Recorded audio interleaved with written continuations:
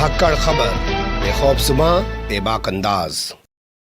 धाकड़ खबर के news room में आपके साथ हूं अकरम रईस खान। 14 दिनों तक, जी हां, लगातार 14 दिनों तक ईडी यानी एनफोर्समेंट डायरेक्टरेट की कस्टडी यानी रिमांड में रखने के बाद आज पूर्व विधायक मुख्तार अंसारी को एक बार फिर से बांदा जेल वापस पहुंचा दिया गया है। लेकिन जेल में जाने से पहले उन्होंने ऐसी कुछ दो लाइनें, जी हां, ऐसी कुछ दो लाइनें बोल दी हैं जिसे योगी सरकार के लिए तो चुनौती माना ही जा रहा है। योगी सरकार के लिए तो चुनौती माना ही जा रहा है। साथ ही आजम खां, अतीक अहमद और इरफान सोलंकी जैसे बड़े नेताओं को भी आईना दिखाने जैसा मामला करार दिया जा रहा है। सवाल पैदा होता है कि आखिर मुख्तार अंसारी ने ऐसा क्या बोल दिया है। तो बोलती हुई तस्वीरों की ज़बानी पूरी कहानी आपके सामने रखने जा रहा हूं। चलते हैं खबर की तरफ।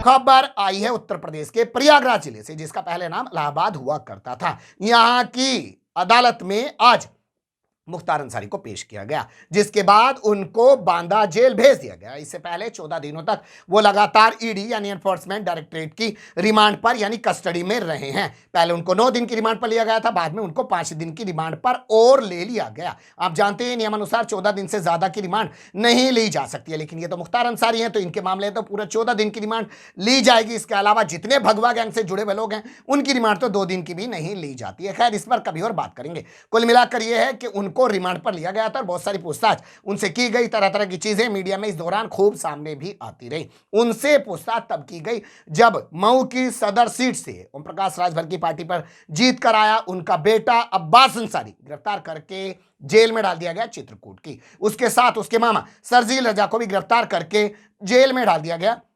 प्रयागराज की नैनी जेल में। उसके अलावा इनकी जो पत्नी अफसा अंसारी वो फरार चल रही हैं। बताया जा रहा था, सवाल चल रहा था कि बताइए अफसा अंसारी कहाँ है। हालांकि अभी तक पुलिस अफसा अंसारी का कोई सुराग नहीं लगा पाई है। इसके अलावा इनके जो ससुर हैं, इनके जो भाई हैं सांसद गाजीपुर से अफजाल अंसारी, उनके खिलाफ भी गैंगस्टर का केस खोल दिया गया। हाल फिलहाल में आपने देखा होगा कि मुख्तार अंसारी को लेकर गाजीपुर की एक अदालत ने गैंगस्टर के मामले में 7 साल की सजा सुनाई है और भी कई मामलों में उनके खिलाफ सजाएं हो चुकी हैं। यानी मुख्तार अंसारी के परिवार के लोग ही नहीं, जो उनके संपर्क में हैं, उन सबको भी नेस्ते नाबूद करने की कोशिश की जा रही है। कभी इसकी प्रॉपर्टी को कब्जा जा रहा है, कभी इस अस्पताल को बंद किया जा रहा है, कभी एम्बुलेंस की बात की जा रही है, कभी किसी कंपनी की बात की जा रही है, कभी रियल एस्टेट की बात की जा रही है। ना जाने क्या क्या बातें चल रही हैं चारों तरफ। ऐसा लगता है कि बस मुख्तार अंसारी ही मुख्तार अंसारी हैं, लेकिन फिर भी मुख्तार अंसारी के तेवरों में कोई कमी नहीं आई है। आप ये वीडियो देखिए, फिर आपको बताऊंगा कि इस वीडियो से कैसे कहा जा रहा है कि ये आदित्यनाथ योगी को खुली चुनौती है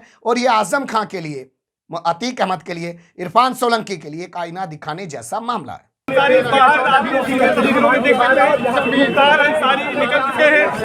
रहा है मेरे आदमी का तवाफ, दुनिया समझ रही है कश्ती भवन। सुन लिया आपने, क्या तेवर है मुख्तार अंसारी के। तूफान कर रहा है मेरे अज़्म का तवाफ, तूफान कर रहा है मेरे अज़्म का तवाफ, दुनिया समझ रही है कि कश्ती भंवर में है। यानी आज भी उसी टोन में बात करते हुए दिखाई दे रहे हैं मुख्तार अंसारी। इस शेर के जरिए उन्होंने बहुत कुछ कहने की कोशिश की है। वो सीधे तौर पर आदित्यनाथ योगी की आंखों में आंखें डालकर शायद ये कहना चाहते हैं कि वो डरने वाले नहीं हैं। जो आप लोग कर सकते हो, जिस इंतहा तक कर सकते हो, जहां तक जा सकते हो वहां तक चले जाओ। ये उन्होंने एक मैसेज, एक चुनौती देने की कोशिश की है इस माहौल में। अब बात कर लेते हैं कि इन्होंने आजम खां, अतीक अहमद और इरफान सोलंकी को कैसे आईना दिखाया है। तो ताजा मामला इरफान सोलंकी का, उन्हीं से बात कर लेते हैं। इरफान सोलंकी को जब कानपुर की जेल से निकालकर महाराजगंज की जेल में ले जाया गया तो उनके बगल में कुरान था और वो रोते हुए दिखाई दे रहे थे अपनी पत्नी और मां को देखने के बाद। 4 बार के विधायक रहे हैं, उनके अब्बा भी विधायक रह चुके हैं, तो वो रो रहे हैं। इसके अलावा वो पहले रोते हुए दिखाई दे चुके हैं लखनऊ में जाने के बाद, जब वो अखिलेश यादव से मिलने गए थे, जब उनके ऊपर मुकदमा दर्ज हो गया था। लेकिन मुख्तार अंसारी को तो रोना नहीं आ रहा। आजम खां को भी आप रोते हुए देख चुके हैं, वो भी रोते हुए खूब अपने आंसू बहा चुके हैं। हालांकि उनके साथ बुरा भी बहुत हुआ, उससे इनकार नहीं किया जा सकता है, लेकिन मुख्तार अंसारी ने शायद इन लोगों को आईना दिखाने का काम किया है। इसी तरीके से आप बात कर सकते हैं अतीक अहमद की। अतीक अहमद जो वर्तमान समय में गुजरात के अंदर जेल में बंद है, अहमदाबाद के अंदर, वहां से उनको हाल फिलहाल में भी लाया गया था। उन्होंने भी हाथ जोड़ के कहा कि आदित्यनाथ योगी बहुत अच्छे मुख्यमंत्री हैं और उन्हें उनसे इंसाफ की उम्मीद है। लेकिन मुख्तार अंसारी ने तो ऐसा कुछ कहा ही नहीं है।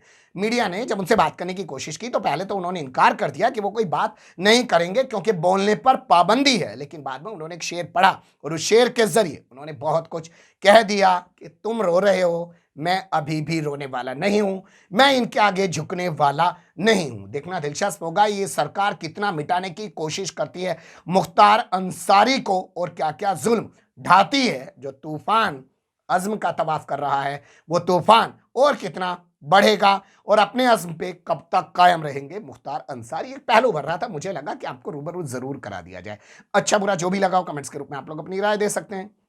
खबर को लाइक कर सकते हैं, चैनल को सब्सक्राइब कर सकते हैं और ज्यादा से ज्यादा हमारी खबरों को शेयर कर सकते हैं। फिर ऐसे ही किसी सुलगते हुए या उलझते मुद्दे लेकर मैं आपके सामने होऊंगा हाजिर। फिलहाल अभी मुझे दें इजाजत।